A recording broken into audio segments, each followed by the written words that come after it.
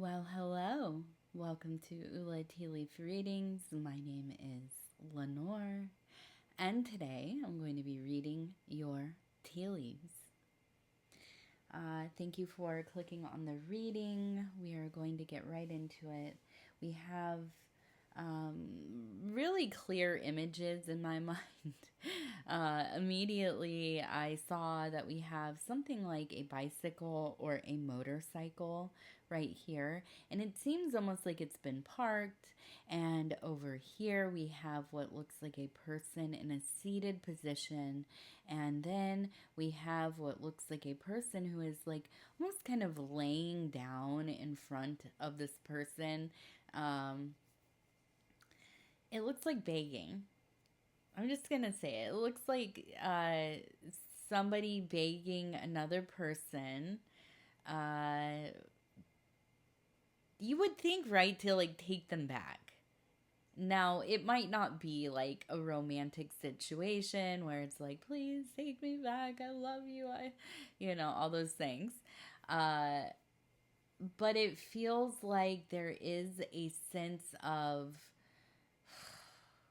there was a cavalier kind of disposition about things, maybe a bit of carelessness, maybe, I don't know, a little bit of ego, self importance, thinking that, I don't know, maybe a bit of distraction or enchantment or, something where it's like you get caught up in the moment of the thing, the situation's exciting. Um, you know, I'm not saying this is cheating, right? But like, sometimes in uh, relationships, somebody meets somebody, they fall in love, or maybe they're not in love. Maybe it's lust and um, a sense of really being able to connect with somebody on a deeper level or perceive it as a deeper level because there's not all the like messiness of domestic living, sharing bills, having a family together, responsibilities, knowing somebody over long periods of time. Um, and I'm not saying it's, I'm not making any kind of, I have zero position on this dang old thing, right? I'm just an older lady who's seen a lot of things in my life. I've seen people do a lot of things. I've seen people who I thought were sweethearts become, um, the most, what would I say? It's not brutal, but ruthless, right? Ruthless for themselves, getting what they want, for better or worse, right? And some people who you would think would be complete, just, rakes. Am I allowed to say that? A rake, right? Uh, they end up being, the most loyal, doting, obsessive, not creepy obsessive, but you know what I mean, like a healthy devotion, a worship, right? And so I feel like this is something that, and I want to be careful. I feel like this is something you're not surprised by. In fact, I think that this is something that has been kind of it's been a cycle. It's repeated and repeated. And honestly, can I really tell you, I almost feel like this is your job. Like, maybe somebody that you have worked with for a long time, somebody who is like their upper management, or you have a friendship, you're all good in your personal life, but like when it comes to work, for some reason, you have put in a lot of effort to maybe get that raise, get that position, work your way up, you know, um, and for whatever reason, it seems like you've been overlooked. Now, I think that there is a sense of almost like it's like a workplace that uh, really like prioritizes the culture over talent, you know, like somebody who can actually do work, right, can actually do the work. um and I don't know what that means for you, but I do, I feel like uh it has been this kind of, you know, like promoting younger, newer, less experienced people, maybe this kind of vibe, right? And I feel like you're ready to just, you're not going to like stick around anymore. But here's the deal. I don't feel like this is just like some corporate job where you are completely invisible, or you don't, you know, you don't have um you know, I mean, I don't know if you've worked like a in a job that is overseen by a corporation of some kind or whatever. Like, I don't know. I'm trying to think. Like, I worked in restaurants, so some of them were like that. I worked at a Blockbuster one time for a few years. um, but you know, you feel invisible in certain jobs. In other ones, you work at like a mom and pop place, a family business, a smaller regional place, whatever. You might know a lot of the people, you know, and you get involved in the more complex, like social aspects of the work, and you know, you have friends there, they feel like family at times, you know, this kind of thing. uh I think for you it's just like you are finally going to put your foot down. I think that's really, and guess what, when you pull out all of your resources, your time, your know-how, um, they're gonna come begging, because it really is. It's like chaos ensues. Things are not getting done. Nobody knows how to do it.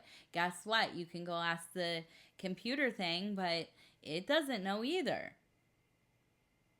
It doesn't know all of your little workarounds and how this works and how that works. And, you know, especially if you're in something that is involved with like sales, or there are sales in your, you know, this kind of thing where it's not all cut and dry. There's a lot of nuance. And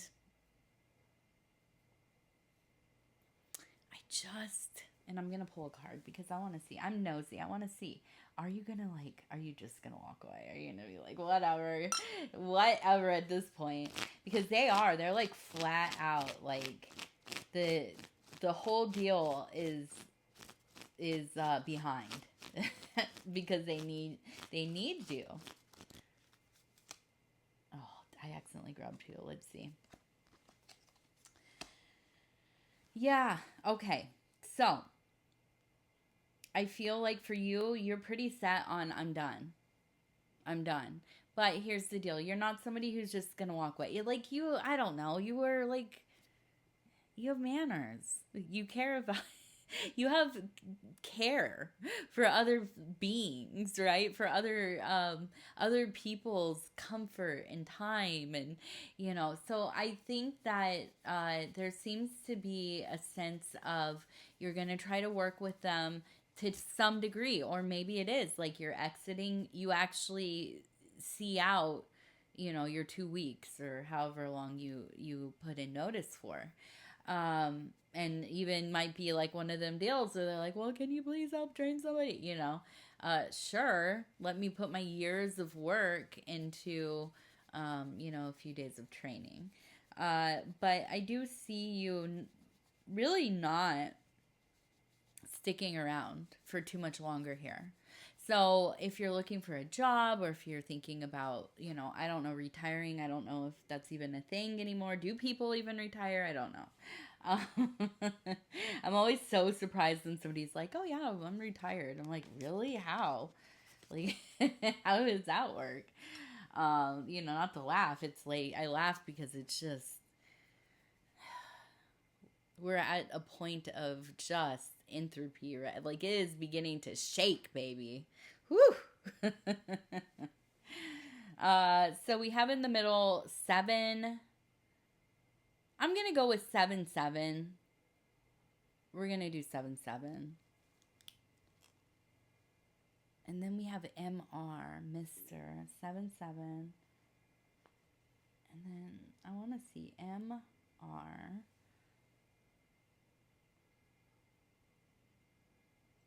We also have J. Oh, that was... What am I doing? Watch me struggle. You're on the struggle bus today. All right, let's see. We have a sad face right here. What's going on? This J person. Who is this J person? We have the number 255. Sometimes I'll get enough numbers for a phone number and I want to call it. That's what we should do. Make a show. I need to find like a podcast partner. And we'll just scry numbers and call them. See what happens. So we have HH as well.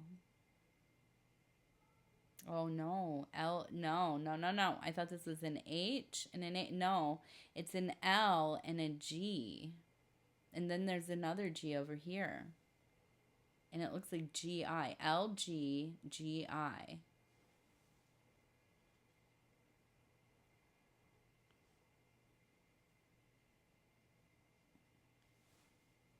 Okay. All right, so we also have what looks like we have the crab. We have the cup. We have just I have a feeling of melancholy. There's a feeling of melancholy and anger. It looks like a bear eating, mouth open, and a person. Okay, so attitude has been very rude, boo. You know, and I don't blame you. You've been in a mood. I at times have been too. It is so hot, dude. Like, how could you not be in a mood at this point? I mean, man. But it feels like something with kitty cats. Cats. They're cute. Almost like a little cute kawaii. Or like those little... Remember the little kitty versions of the pound puppies? I don't know why I'm thinking that. In my head, that's what it feels like. That it's like off to the left side of your mind.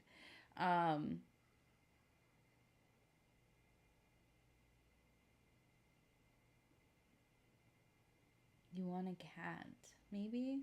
You've been looking at cats. You've been looking at adoptable animals.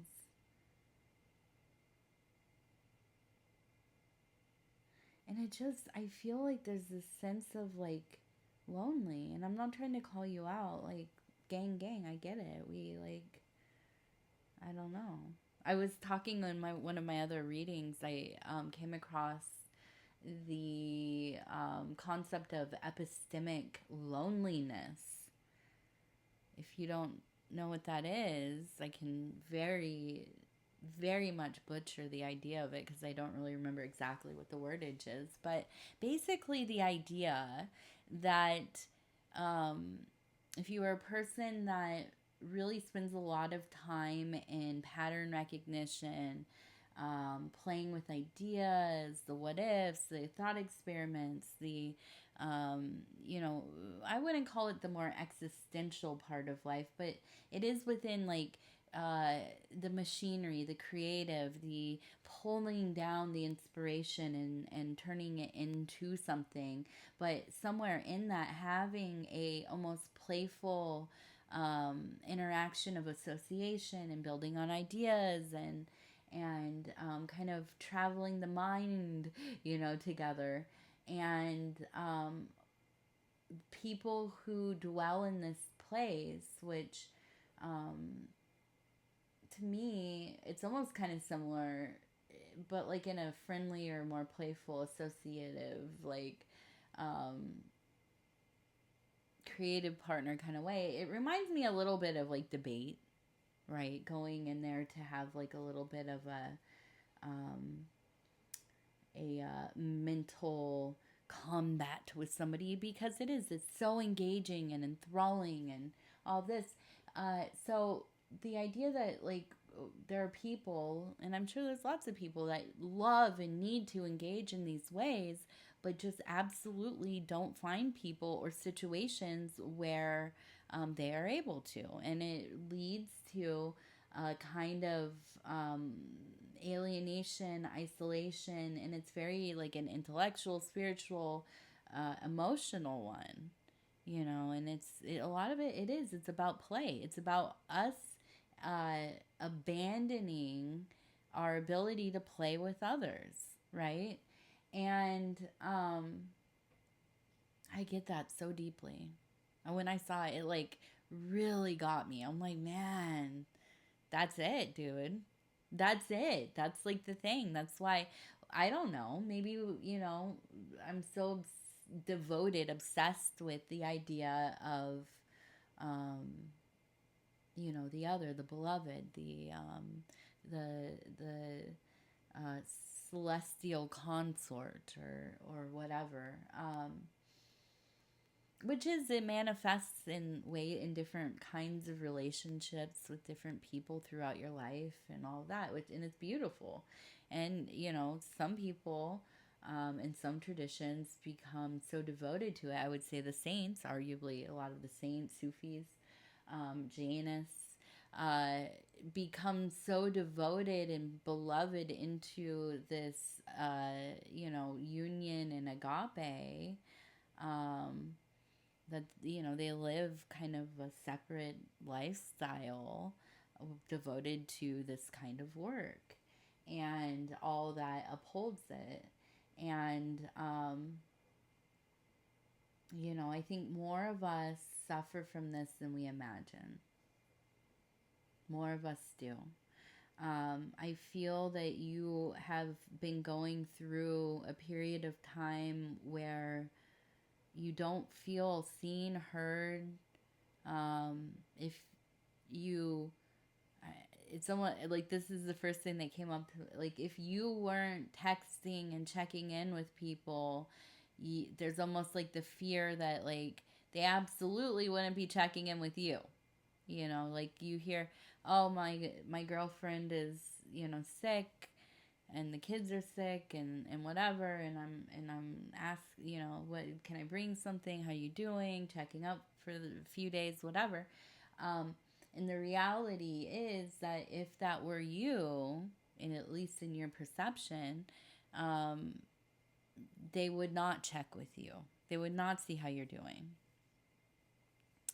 And I think a lot of us have been in this kind of situation, and maybe even to the extreme where it's like that's everybody in your life, and I think that'll, I would imagine most people don't talk about these things openly because, well, there's a lot of shame in that, maybe for I would say, absolutely there should be none, right?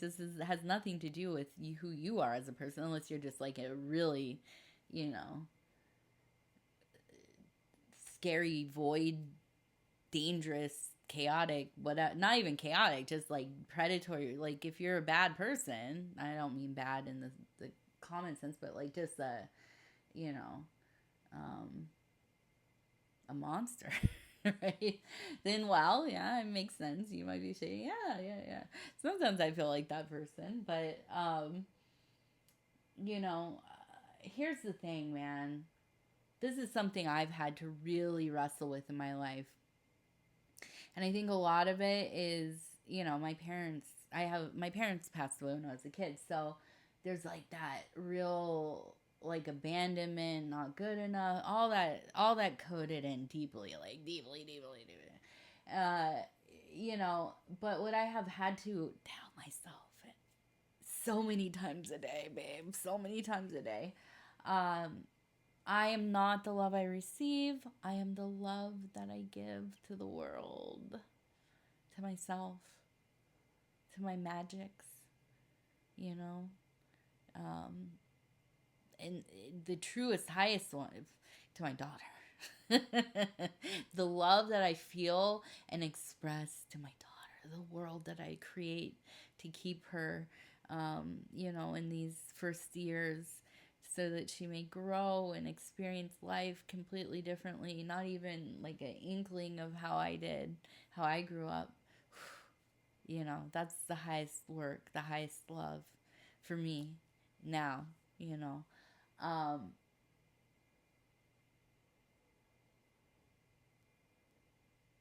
it's still lonely at times, right? It's lonely because you don't get back what you put in always, almost never. It's not fair. I talked to my daughter the other day. Oh, why does dad get more dessert ice? We're really into shaved ice right now, than me, right? Wow. Babe, life is not fair, my love. Let me tell ya. Let's talk about fairness. You know what I mean? Um, it doesn't. I don't know. I mean, maybe there is truly a place and a people and everything aligns in such a way that there is pure balance. Not often, though. At least not for me. That's not been my work. I've not had much of that. In brief, fleeting moments, maybe, right? Uh, and that's okay because that's what life is. I mean, I might complain about it sometimes for sure. Don't get me wrong. I love to complain. Babe, I love to complain. It's like top five, top tier. I'm good at complaining. I'm good at talking SH and I'm good at complaining. Okay. Maybe partly the same thing, but there is a distinction there. Um, there is. You have it. You have that thing. You're like an island of your own, right? I don't know what to say about it because I experience life in the very same way. Not always. There are moments, where we get close to other people for periods of time or whatever. And we can also be very close in other ways that are very meaningful, by the way. It's not all or nothing, right? But um, to have that partnership uh, that is the magical, creative, flowing in the same frequency, and all of that. Uh, and here's the other deal, and I could go on about this. I think about this a lot, as you can tell, and a lot of it in readings too, because it's something that I feel like a lot of the people I connect with that sit long enough to hear me and I can hear them, we have a lot of the same hangups with things in life. Right, we have a lot of similar things going on. Might not look exactly the same, but that feeling is similar, right? Um,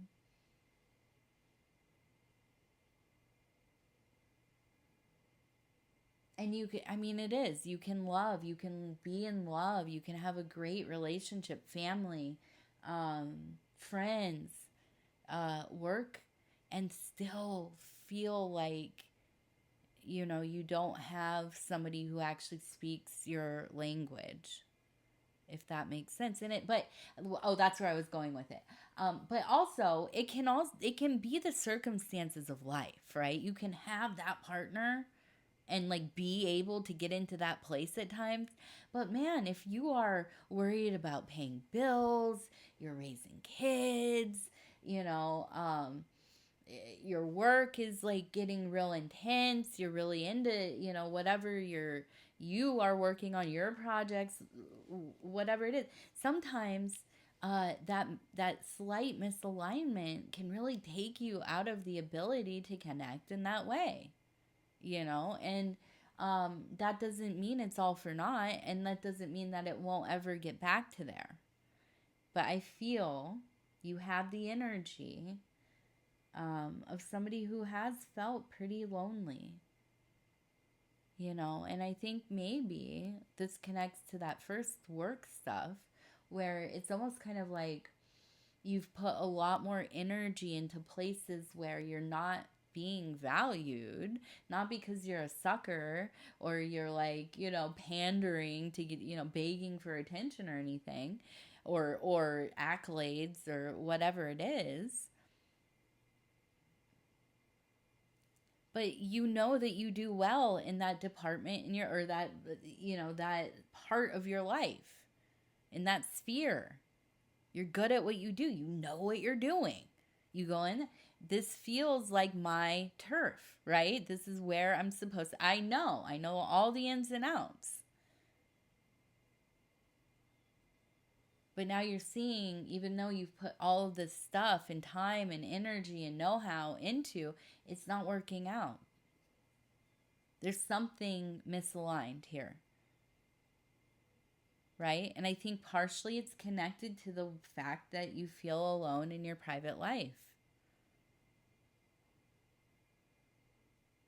Maybe spiritually, maybe intellectually, maybe emotionally, creatively. My thing that I'm on right now is this whole like back to play. Finding ways to play. Finding ways to make believe. Finding ways to do, tactile things, move your body, immerse yourself in, whatever you're learning. Let down your guard a little bit, stop masking for a little while. Maybe you can do that at home. Maybe that's a place where you can feel safe to do that. And just allowing yourself to be into whatever it is, no matter if it's cool or not, if it's like, if it's the new thing, everybody is like, oh, that's so bad for you, or you shouldn't, whatever, just geek out, dude. Play. Let the ideas flow. Shake it up. You try to let go of like how important everything feels all the time. I feel like I don't know about you, but I feel like I am like the clock is ticking down and I'm trying to figure out like which wire. You know what I mean? And it's like like 10 times a day, dude. It's like, even now I'm looking at the clock. I need to get going. I'm going to be late. I'm going to make everybody late. I got to get to jujitsu. So, it's one thing after another. But you know what? We're going to let ourselves flow through some of it. Play through some of it. Laugh and fail and enjoy. And, sometimes even have a little tantrum because it's not going my way. And that's okay. And that's okay. All right, let's see. I'm going to get you let's see over here. We have 60, what do we say this number is? 69. I'll give you the old 69 here. Okay.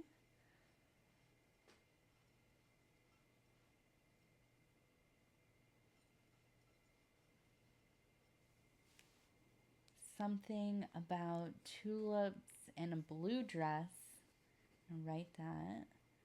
Tulips and a blue dress.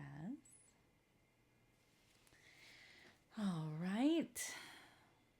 And you know what? We're just going to we'll do a card real quick. I don't want to get down. I'm not going to start on any tangents because I easily could. Here we go. Get through it, babe. Oh, come on now. It's not our power. Let's not worry. You know what? We're going to turn it from a power card to we're going to make a little machine. This is going to be a little blessing machine. Okay, so we're going to take that worry. Okay, the Five of Swords, of course. And did I say five?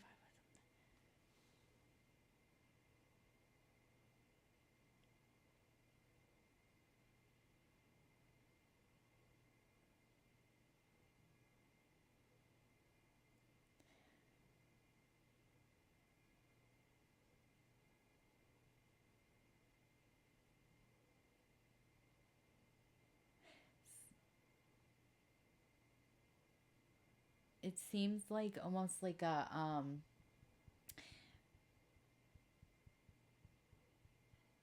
I'm looking at it's the house. It's like a rent thing. I'm sorry, it's giving me anxiety a little. I started to look. I'm like, no, I said swords. It's not. Uh,